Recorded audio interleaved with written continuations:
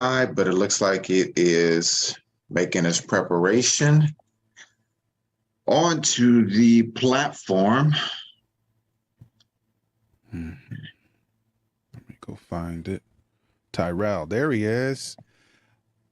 Yeah. So we should probably not say anything that we don't want people to hear, Tirrell, because We're we live.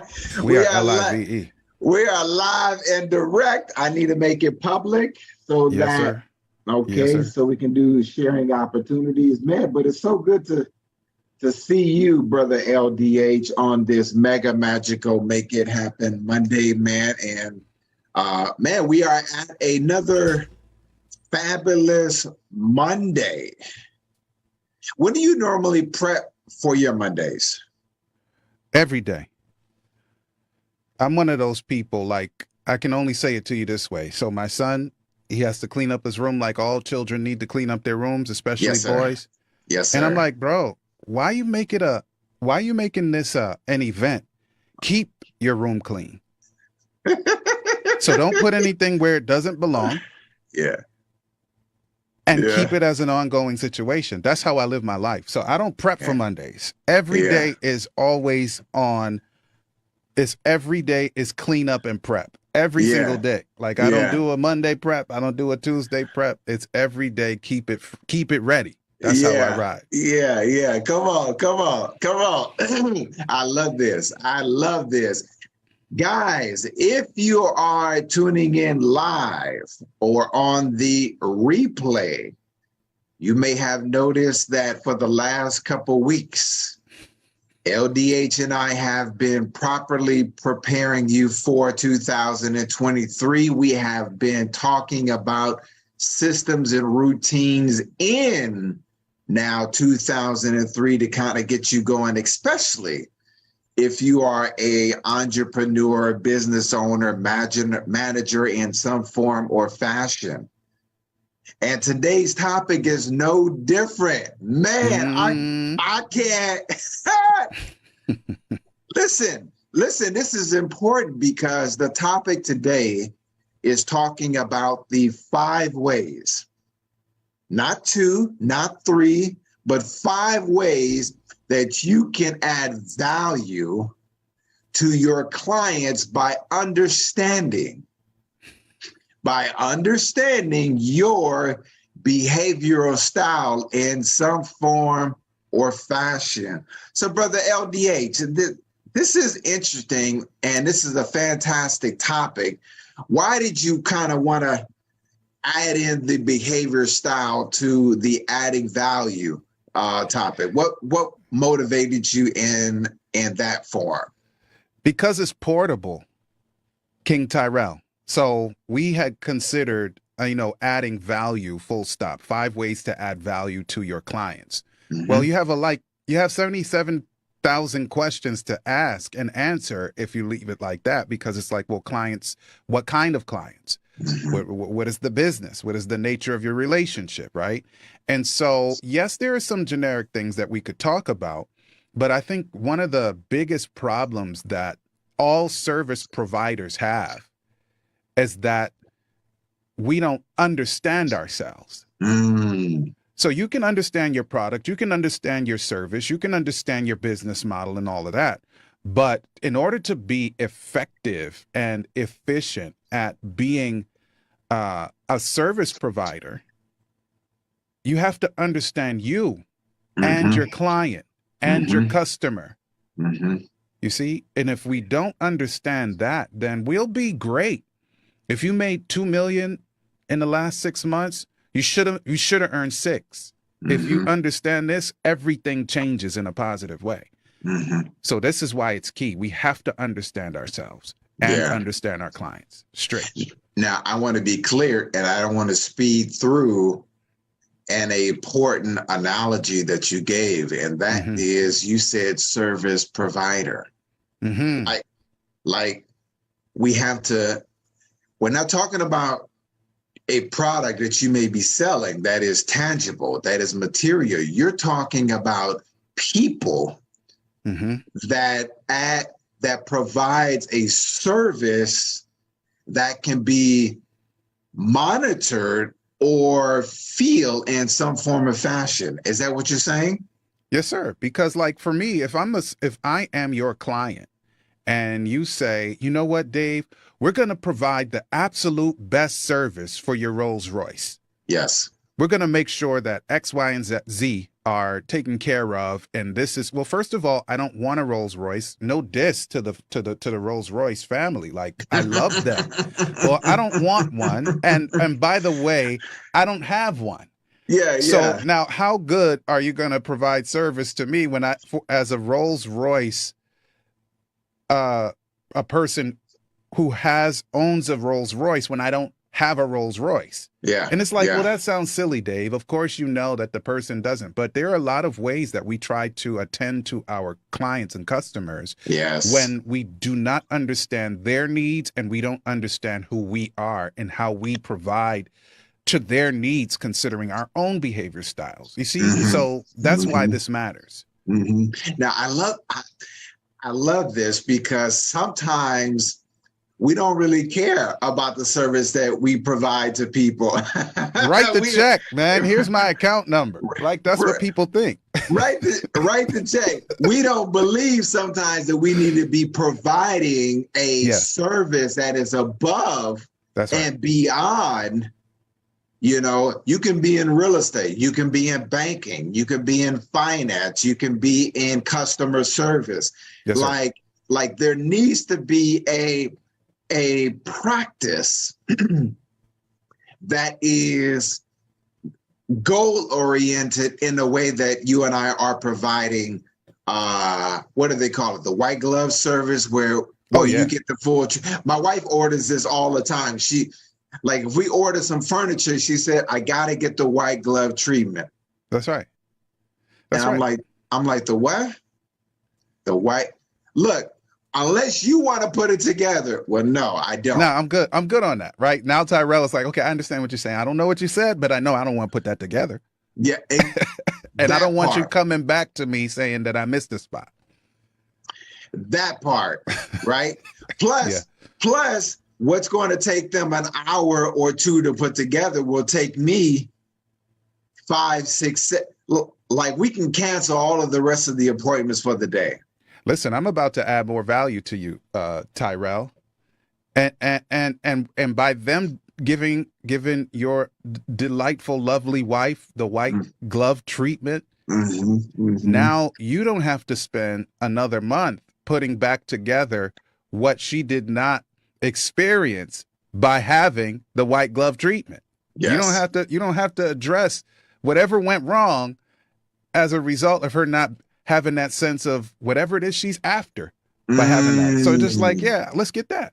Let's get that and not waste time trying to fix something that didn't need to be broken in the first place. That part. Now, she actually just ordered a new desk a few months ago, and it's a pretty expensive desk. And now one of the drawers is not closing properly, and it looks as if they may have just switched one of the screws inadvertently. So guess what? I didn't get the brunt of that one. Guess what she did not ask? What did you leave out, Tirrell, or whatever she calls you? Yes. Yeah. What did you do wrong, right? And you see, we could have had the white glove treatment and avoided this problem. Yeah, we say this in a kind of funny way, tongue in cheek, but this is real though in things that matter for real. 100%. Shout out to men, Kevin, and our good brother Demetrius, who is watching. Listen, as we talk about the 5 ways to add value to you, me, our clients, by understanding our behavior style. Let's get into the first one, LDH. What's the first one in understanding this as we move forward? Yeah, so we need to identify our strengths and limitations. Some people call them weaknesses. I don't have a problem with either way of saying it. But we have to be able to see clearly what our strengths and our limitations are. So I was a part of an event. It doesn't matter the type of event recently, right? Mm-hmm. I Mm-hmm. was on stage doing some things. And so that was my only major contribution, except in the background, the person whose event it was really values my view and opinion on stuff, right? Mm-hmm. So wonderful. But there were people who were responsible for what's called a running order and a program outline and some other stuff, right? And so, listen, the person whose event it was is what we call a pilot.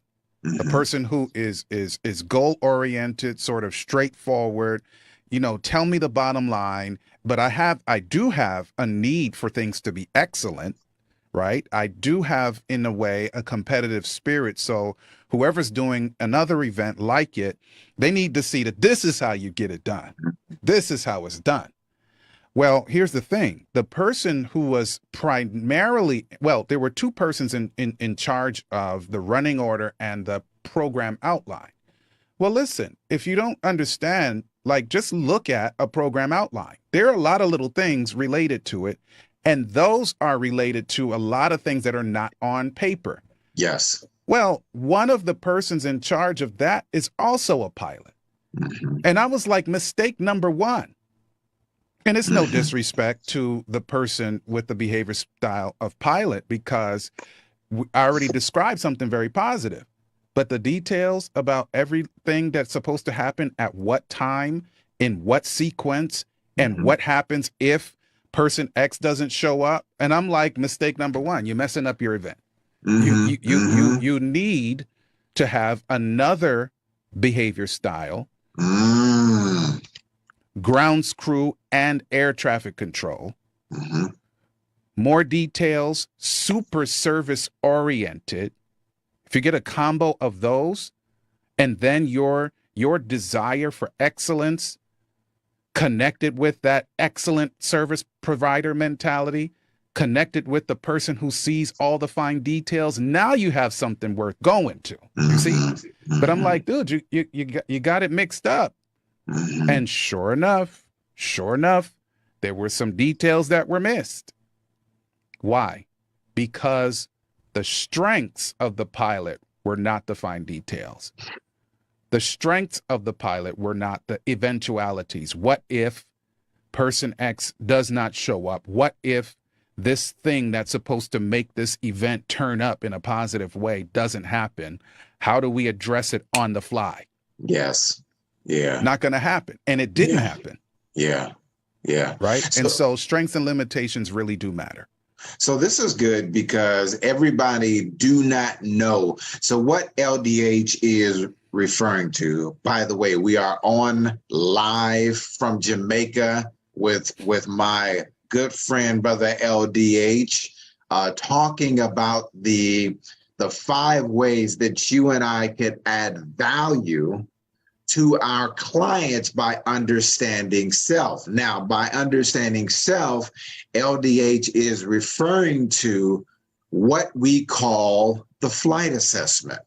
And he referred to the pilot, by which has dominant features that allows him or her to operate at a high level. Now, brother LDH, you are saying that understanding your strength and weaknesses, you and I can fulfill blind spots or area roles and responsibilities that our team members can help provide this level of service that we are looking to accomplish. Is it important to know what the specific goals are? Absolutely. It's not just important. It doesn't exist if we don't know what the goals are, specific goals. Mm-hmm. So, for instance, someone asked me at another event to be a master of ceremonies. Okay, you've seen MCs before. Mm-hmm. Well, there is a style of MCing that happens in this country where I am in Jamaica. So because I have the concern to provide the best at all times.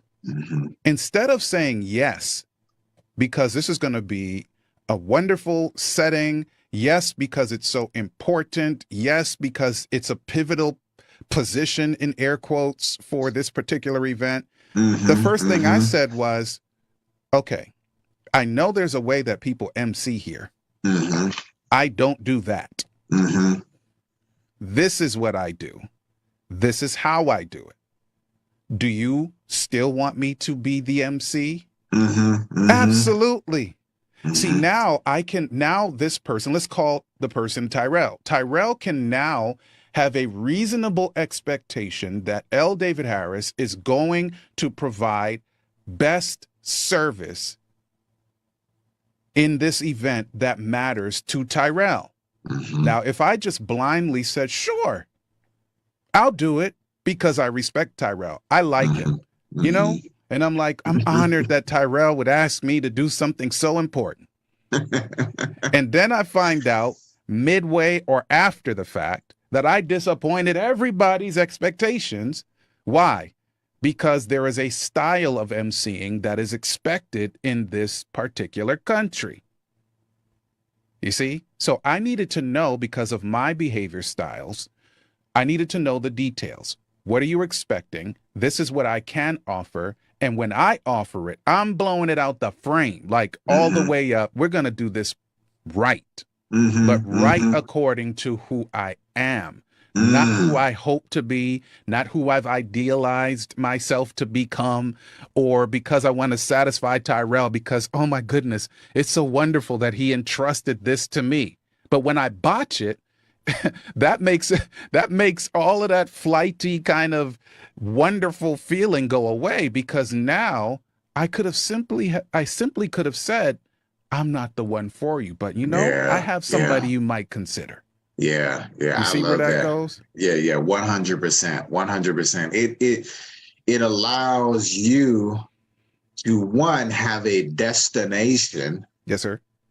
Of creating this white glove experience, and also keeping your word to what you said that you can do, and over accomplish. Oh, yes.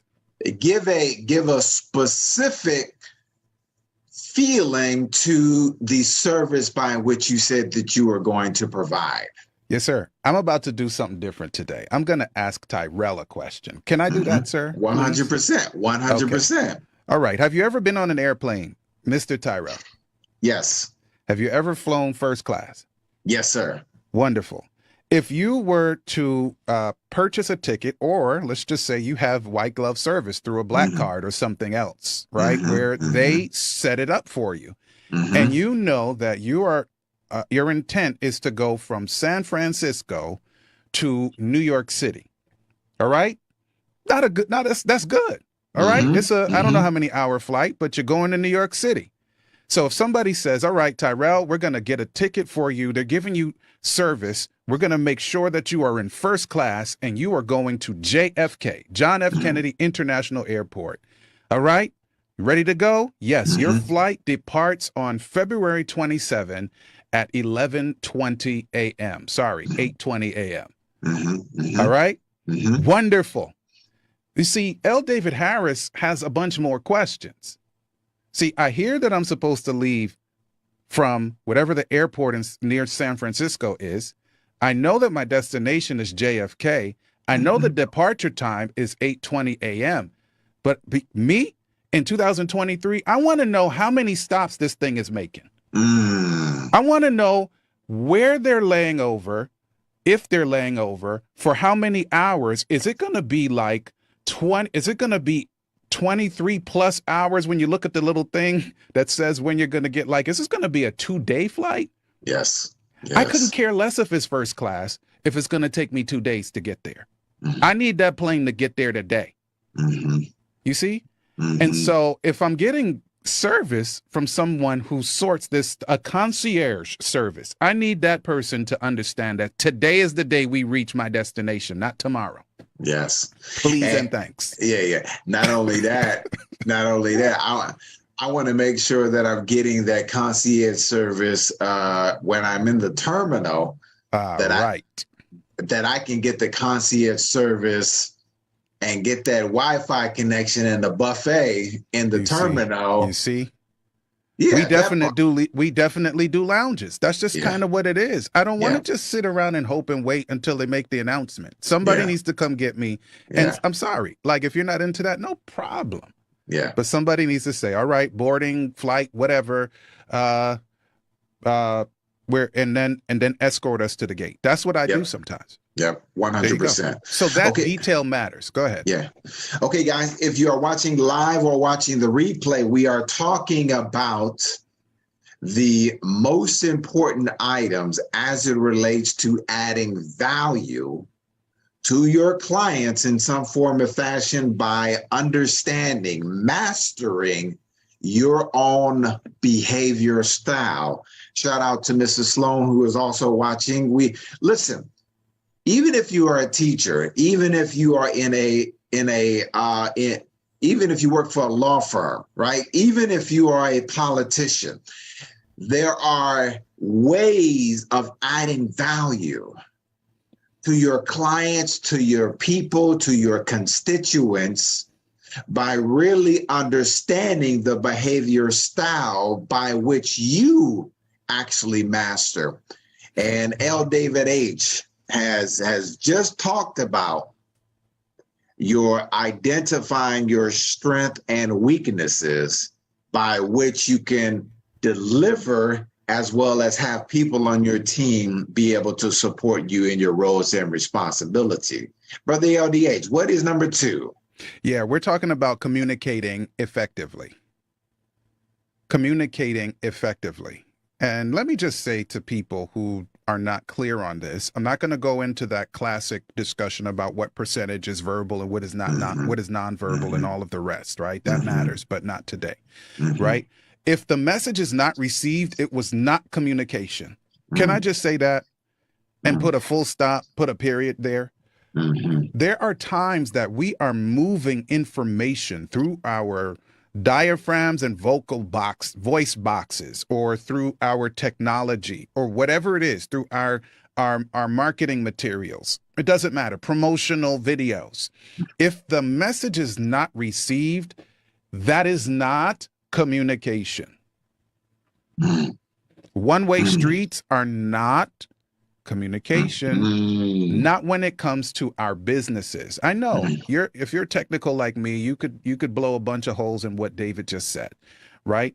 But I'm talking about providing excellent service. If the receiver is not getting the message, you have not even begun.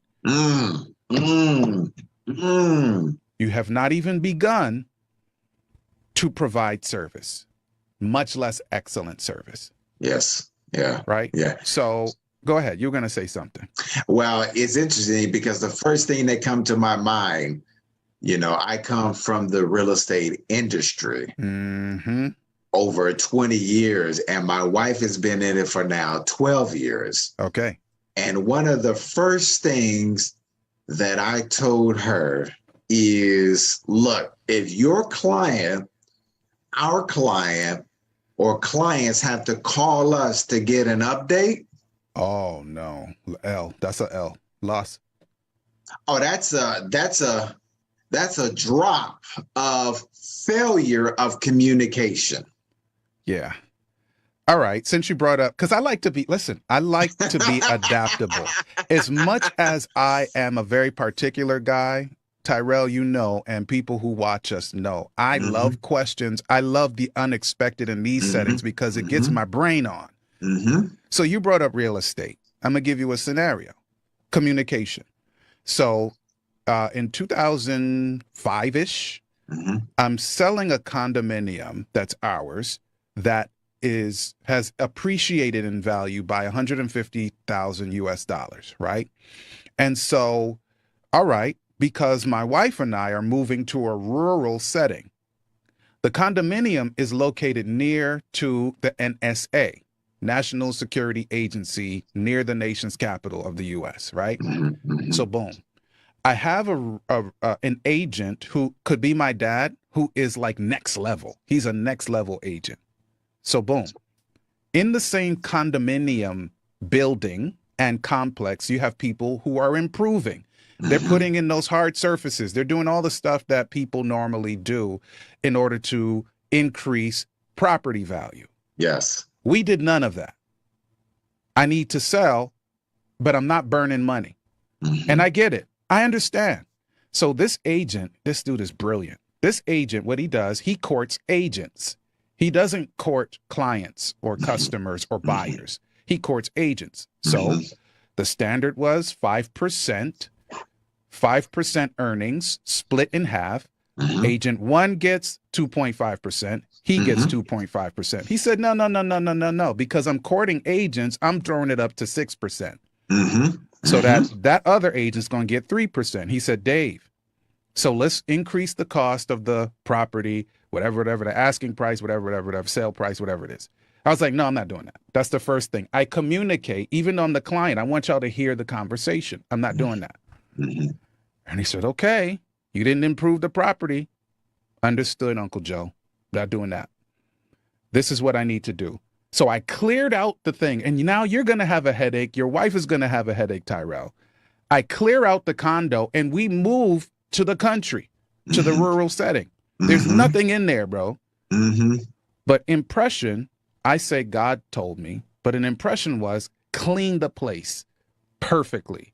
Don't improve anything, clean the place. So I did. All right.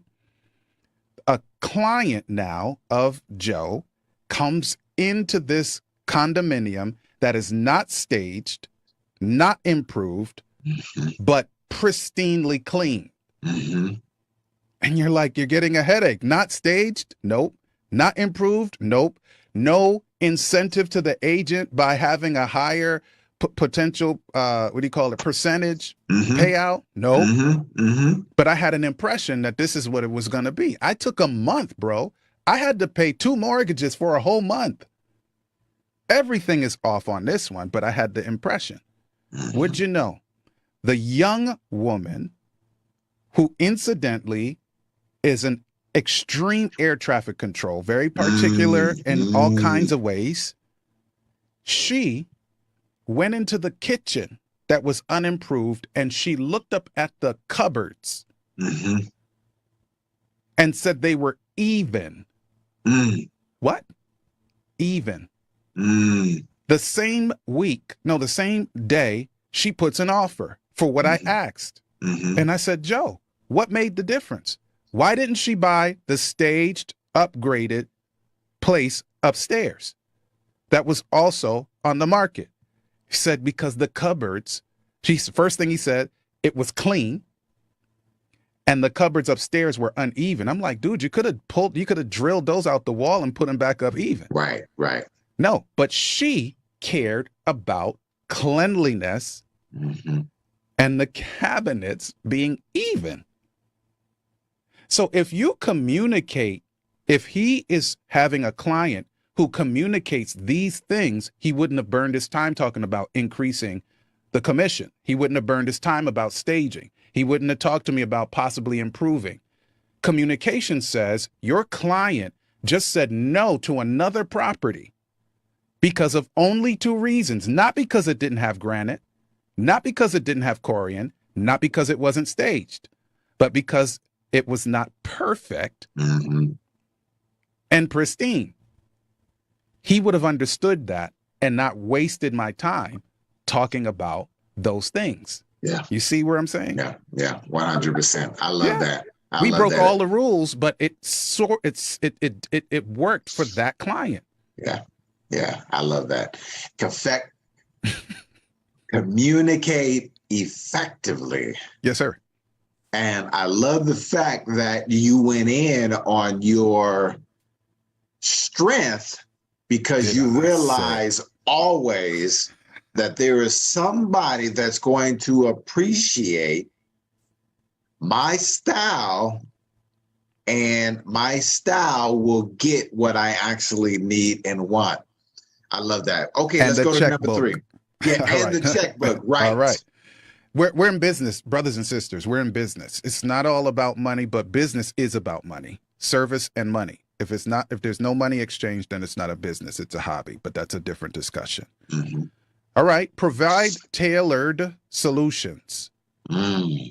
Tailored. Have you ever been to a tailor? I shouldn't even ask you this. I shouldn't even ask you this. This is not a good question for you. 100%. Of course, you've been to a tailor. Matter of fact, it's the only way to go when you are dealing with suits. Now, I know you're talking about business, but let me say something real quick, and let me throw you up an alley-oop. And that is, when I first got into real estate, I had this black suit for about 3 years. And it was only one suit. I didn't have any money. And so this black suit was losing its color because I was always in the sun. Okay, look, I'm in my 20s. I don't know any better. A mentor of mine gave me 3 suits. Okay. That was Brioni. Oh, Brioni. Y'all look it up. You can look it up. And so the fact of the matter is, he was giving me a suit that I just needed to get tailored, but the quality was not fading in the sun. Was not going to be fading anytime soon. Not while you're walking around in a suit. It should not be fading because you're walking in a suit in the sun. Yes. So when we're talking about tailor, my mind goes to quality, yes, and the ability to measure effectiveness. That's right. So we're back on the communication concept on this particular discussion, right? Tailor. Mm-hmm. What matters to your client? That's the question. What matters to your client? Not always, and you might be like, okay, you're splitting hairs. What is your client's expectation? That's good. But you know what excellent is? What matters to your client? You see, your client's expectations, you must take that into account because, you know, that's your client. That's obvious. But what if your client's expectations don't match what matters to them? Yes. Huh? Yeah. My expectation, because of my behavior style, is that I will, let's go back to the vehicles because we're making up stuff here. You know, I'm thinking about, you know, I have 20 million US dollars at my disposal, other people's money, and I want to open a car dealership. Mm-hmm. I won't disrespect myself and start using the names of any brands at this moment. But if your client is saying to you, who's somehow an expert at providing service to do this for him or her, that I want to have a car dealership. Okay, that's the expectation. Mm-hmm. Make sure I can open one of those. Yeah, all right. But what if your client, what matters to him or her is that when people are, one, driving in vehicle X, mm-hmm. they have a certain feeling. Mm-hmm. Mm-hmm. B, or two, when that vehicle comes in for service, not only do you not have to bring the vehicle yourself, but if you need to move from point A to point B while your vehicle is in service, you are going to get a comparable vehicle. Mm-hmm. So you feel right at home. Mm-hmm. And I could go down this list. So the client's expectation communicated to you was, help me get this dealership off the ground, get it open. But you know what matters is what I just stated to you. There are certain brands of very good, reliable vehicles that do not meet or fit the client's what matters. Mm-hmm. Because there is a level of vehicle that works for that feel, the aesthetics, the service, in all that I just described, whereas the more reliable vehicle, they can't, because the more reliable sort of vehicle that gets you from point A to point B, the goal for them is not that. The goal is cost to value. That's it. But there are some vehicles where you pay more, but you get all of what I just described. And when you are now giving this tailored experience to your client who wants you to assist him or her in having this dealership, you're not going for the reliable vehicle dealership. Yeah. You're going for luxury vehicle dealership. And now you're trying to identify more money, because the 20 million may not be enough for this one. Yeah. So that ultimately you are delivering and over delivering, not just the expectation, but you are offering and over delivering what matters to that client. This is good. This is good. You see? So you take it to the next level in your brain. You don't try to convince them of anything. But if you understand behavior styles, then you say, okay, I know Tirrell said this. He meant it. But I can hear his brain saying that over there. I'm going to go hit that target over there. And he's going to be like, wow, you read my mind. No, I didn't. Yeah. I just understand people. Yeah, 100%. I love this. Okay, Brother LDH, thank you very much. We just hit number 3 on the 5 ways to add value to your clients by understanding and mastering your behavioral style. Okay, your behavioral style. Okay, number 1 was understanding your strengths and weaknesses. Number 2 was communicate effectively. If you missed that, go back. You just said number 3, tailor your solutions. Okay, tailor your solutions. Okay, let's go into number 4. I can't wait. Go. All right, he's clapping, so I'm just going to start with a different behavior style, because he's clapping his hands and he's smiling. So we're talking about building trust. Building trust. And so we mentioned a few behavior styles. One we did not mention is one that you might see often. I know that people say that the pilot behavior style, because that's the take charge, competitive, dominant person that's always, there, and they're in your face, not in a negative way. But there is another one that brightens your day. There's a behavior style we call the flight attendant, where these individuals are not just the life of the party, as if that were not enough. That's wow. Like, there are people who really need to be cheered up. There are people who need to feel like they matter, because the flight attendant is going around making sure everybody's good. How you doing today?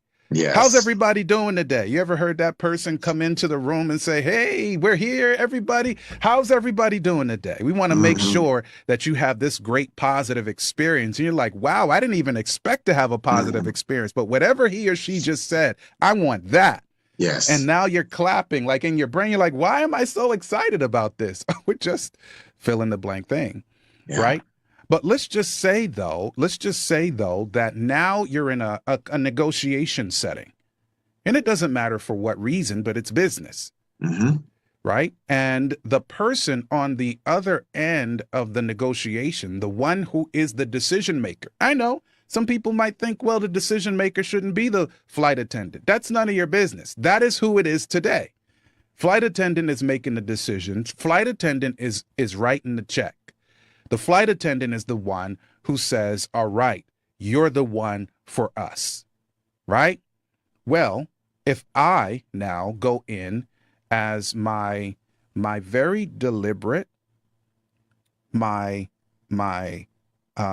sort of measured, you hear how some people are falling asleep right now? My measured, deliberate, very detailed self goes into that negotiation spouting facts and figures for 15 minutes straight, no breaths.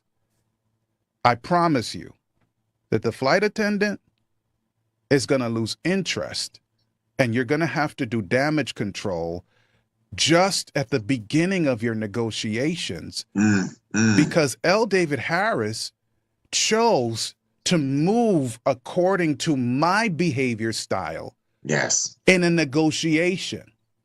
You see, I have to learn how and boy, I'm going ahead of myself here. I'm trying not to go ahead of myself. I have to learn how to, let's put them together. Let's put them together, right? Can we put them together today? 100%. Okay. So we're 100%. building trust and going to the next one, which is to cater to different behavior styles. Yes. So I have certain behavior styles, but I'm intelligent. I'm a human being. Like, I'm not limited by my behavior style. Yeah. So if I know that the person on the other end of the table has an expectation and has a certain way that he or she communicates because of his or her behavior style, then I don't go in with my behavior style going in the door, because I will not engender trust. How can I be sure that L. David Harris will be able to provide the service that I need? He's so boring.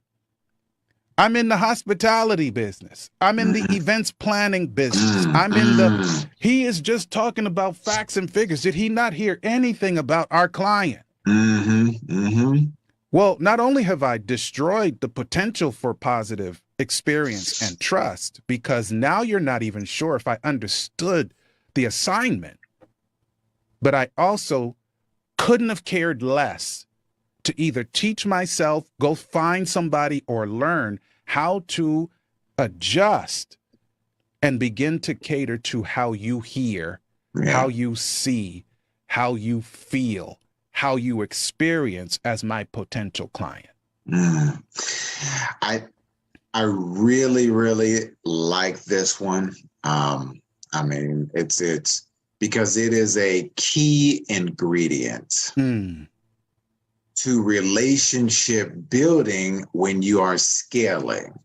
So even when you and I make mistakes, and we are prone to make mistakes at times, people will normally give you and I and we the benefit of the doubts when they can trust you when you are in your authenticity. Yes. So you said a word earlier, and that was wow. How do you and I wow the client, the individuals, the constituents, the family, our social peers, in a way that says, look, I am the best person in this industry. I am the best loan officer. I am the best real estate professional. I am the best attorney. I am the best politician to represent this district. Like, you and I have to gain the trust, and I'll use LDH word, the wow factor, by which will leave in a long-lasting impression on the other person. You know how I win a lot of times? It's right behind me. And this is not a shameless plug this time. It's about authenticity.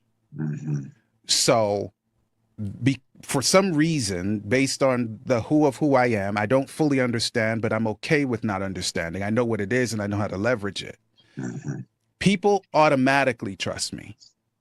I mean, it takes a second for some, but the trust is not a problem for me. Got all kind of powerful people, and I wonder sometimes, why do they trust me? They do. Fine. But guess what? There are times that I say, no, Tirrell. I don't use that word. But there are times that I say, all right, Mr. Muhammad, I have understood everything that you said. I am clear on your needs, and now I'm reflecting. I'm saying what you needed, and I'm doing it in a way that even if you gestured or you moved or you breathed in a way that I knew there was something more to what you were not saying, then I add that too. Now we're building trust. I heard and experienced, I breathed with you. I got it. And now I want you to understand, I'm not saying it in these terms, but I want you to understand that we can, now I'm going from me to we. We can absolutely provide this service to you, but this is what I'm going to do. Because I value this relationship, I'm going to bring in Tirrell. Yeah. Now I'm naming him. And I'm saying that not only can we meet, but we can exceed your expectations. And I'm not saying these words, but this is what's in it. This is what you can infer from what I'm saying. L. David Harris is not going to be able to pull this one off by himself. But because L. David Harris understands himself, because he values the relationship, he values what the client or potential client values, he's going to bring Tirrell in and say, Tyrell's going to knock this one out the park. So what am I doing? I'm swallowing pride. I'm making sure that the client really is first. And I'm bringing to the client the best possible experience by not putting myself in this one. Yes. I am deciding that the best one for this one is Tirrell. We'll work out how that works in the background, but to the client, L. David Harris provided excellent service. And I did. Yes. By pulling myself out of this part of the process. And keeping your word to yourself in your authenticity. That's right? It.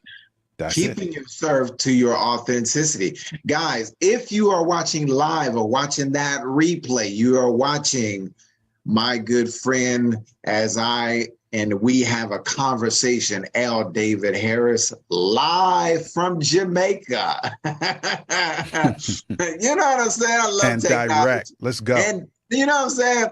Look, the thing that we've been talking about today, guys, is the 5 ways by which you, me, we, and I can add value to your clients, your constituents, your peers, by understanding you and I behavioral pattern. Look, if you don't have enough leads, if you don't have enough people supporting you, if you don't have enough, you may want to look at these 5 ways that L. David Harris has identified today, because these are key recipes that is allowing you and I to give that white glove experience that we were talking about in the beginning. You state what you're going to give, but you got to find a way to, in LDH words, wow them. You know what's really cool about this discussion, T? You would recognize this because you know me and you know people. But this discussion is in my authentic voice, because I am not impressed, and I'm neither impressed by nor discouraged by the potential to win or lose a customer by me skipping foundation. Right? So like sometimes potential clients will come and they're in a hurry. And it could be for any one of a number of reasons why these individuals are eager, ready to go. But because I calculate so quickly, even though I'm all the way up just for UT, I'm all the way up on the ground screw flex.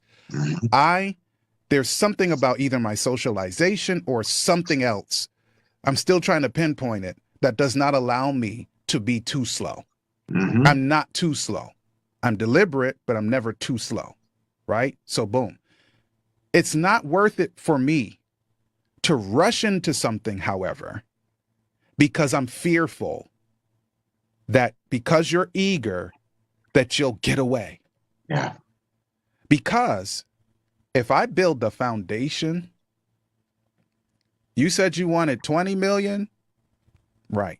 It's going to be 40 million. Because I see quickly, it's laser speed, like it's crazy. I don't know why, it's just what it is. I see quickly what the brakes are, the impediments to your goal. And so for me, I'm like, okay, pause. This is the foundation that needs to be built in order for that objective to be hit. And if the client respects and trusts and believes me, then that pause so we can get the foundation right, we'll blow them away. Mm-hmm. And it's a double win. Why? Because I did not act like I was thirsty. Yes. Like some of you are acting too thirsty when you are either having a financial challenge or you want to say that you closed every deal. Listen, some will get away, not because you don't care. Some will get away, and that means that it just wasn't a perfect match, Mm-hmm. right? But there are times that you have to push the pause button. And I've had people, and I can tell you, and my wife, she starts saying it at the beginning when I tell her that a negotiation's going south, and I tell her why. She's like, they'll be back. Yeah. Because they always come back. Yeah. Yeah. Because they try to do it by cutting corners sometimes because they got some bad advice or somebody lied to them by saying, I accomplished it this way. And I'm looking at them like, that's not possible. And they're like, of course it is, because they told me. And I'm like, okay, I heard that they told you that. But what you're saying is literally impossible. So I don't say this. I'll be here when you get back. Yeah. Yeah. And I've done it many, many times. And I'm like, and when they come back, I'm not like, I told you so. I'm just like, okay, so let's get back to building your foundation. And we're going to get this thing done in the way that you had hoped. And we'll exceed that expectation. Let's go. Yeah. And I like the fact that, though, you didn't say this, but you said this, is that when you outline this, you're pretty much setting up the priority system by which you operate from.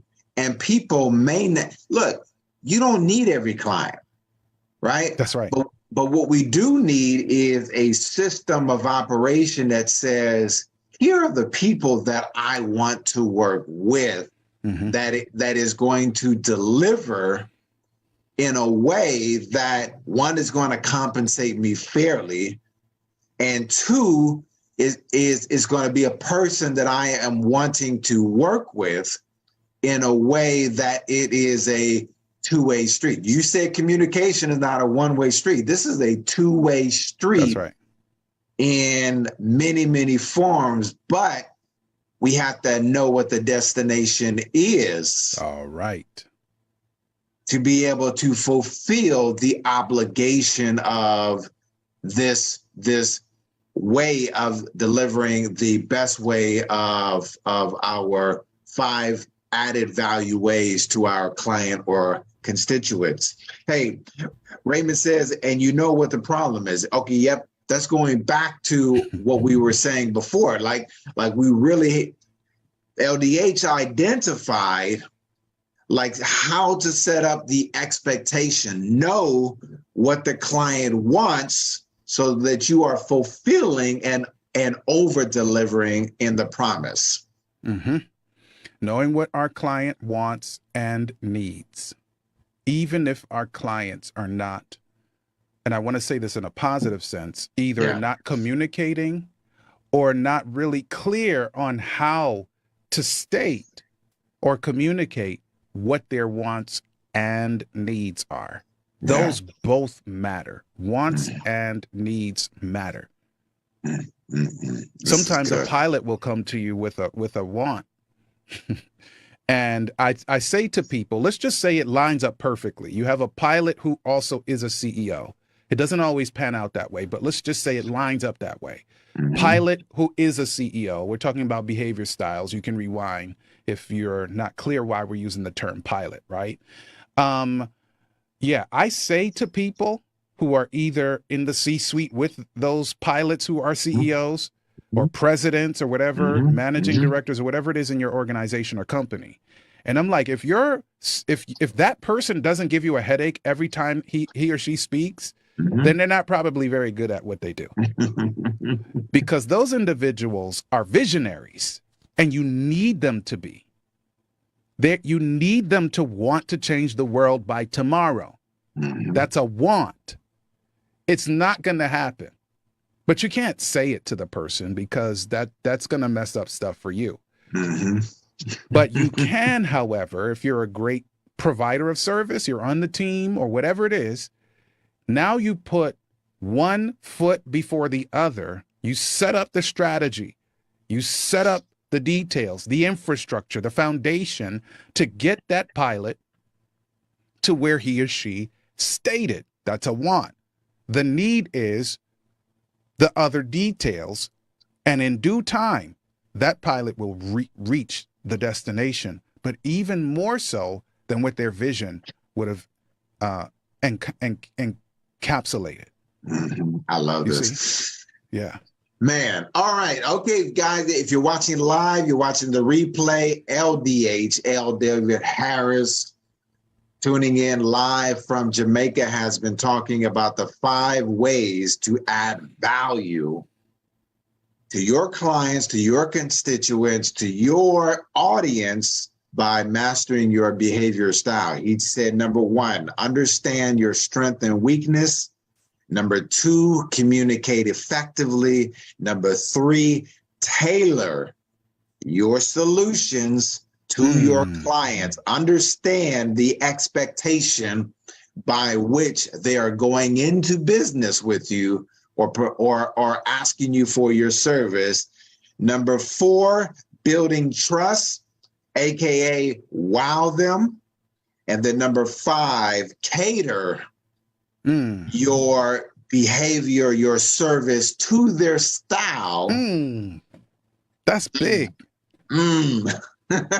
Tailor the behavior style to your clients so that they are knowing that you understand them, you appreciate them, and you're wowing them in the manner or communication by which they understand. Brother LDH, you want to give us a bow so we can get up out of here today so that people can get to work and implement these things into their week? Yeah, I want to just use my behavior style. If I'm on a cruise ship and I'm in the dining hall and the maitre d' or whoever else comes in and says, you know, we'd like to offer you whatever. And I say, well, this is what I like. And then they come bring me bonus stuff. I'm like, you weren't listening. I don't want no bonuses. I go into a restaurant asking for this, and the check. And you're like, but that's crazy. That's my behavior style. Because when I'm done, I just want to leave.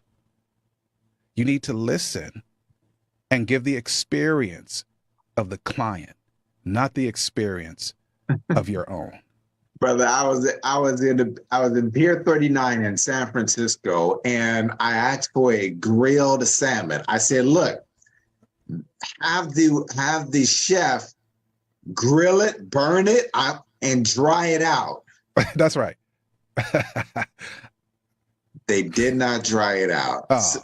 So you know, it had to go back, but I didn't do it in a, egotistical way. I just said, it's not look, what I ordered. Is that what I wanted? It's not what I ordered or wanted. It's like sometimes chefs have a way of giving you what they believe is the best way of delivery. And I don't like my salmon uncooked. I like it burnt, Yeah.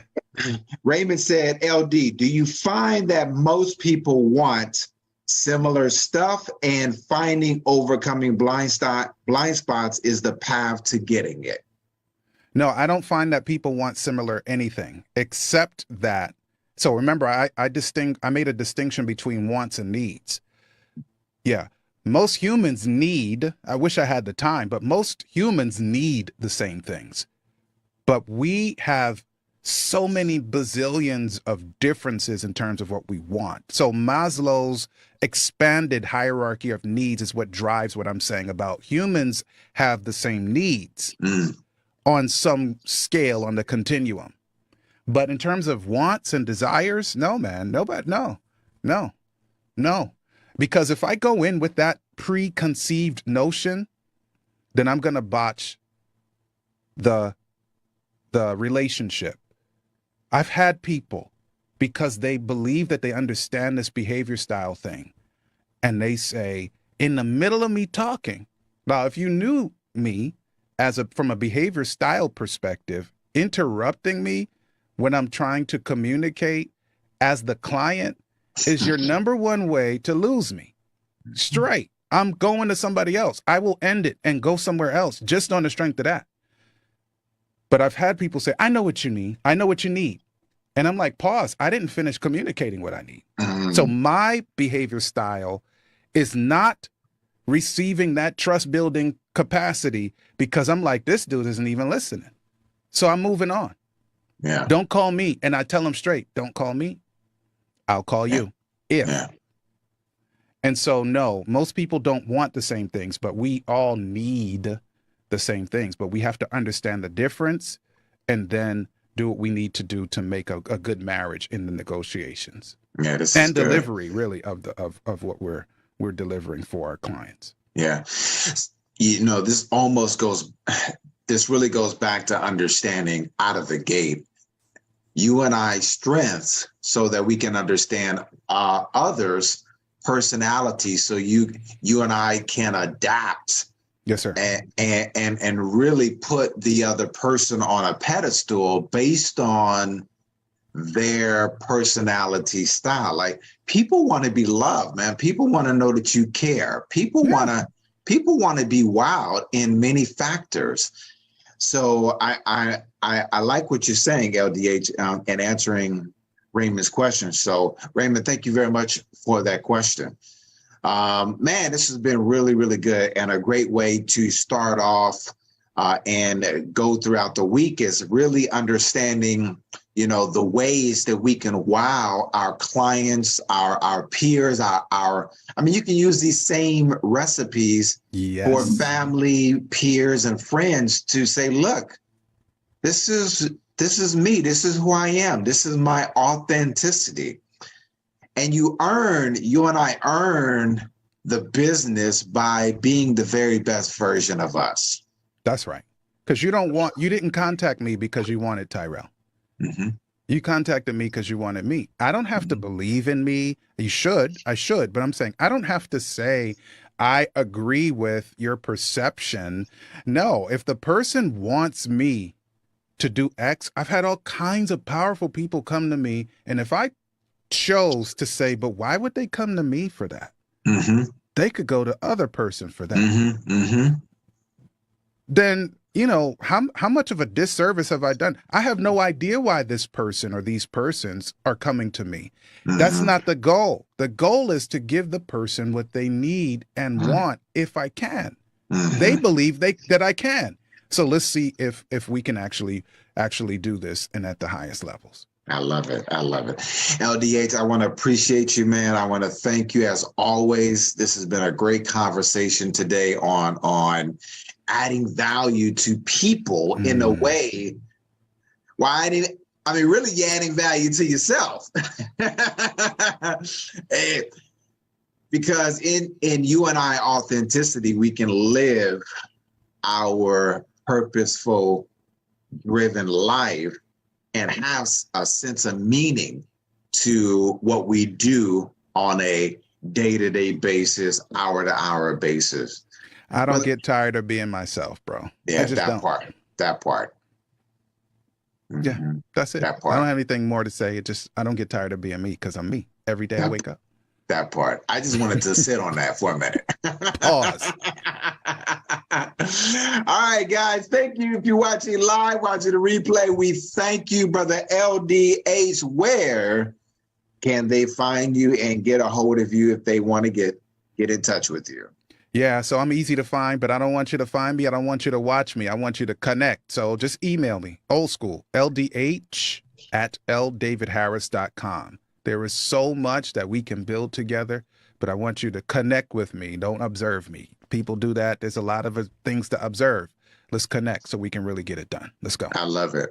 Thank you, LDH, for your time and day. Thank you guys for watching the live and watching the replay. I am Tirrell out of San Francisco, Tirrell Muhammad. You can catch us on Mondays, 8 a.m.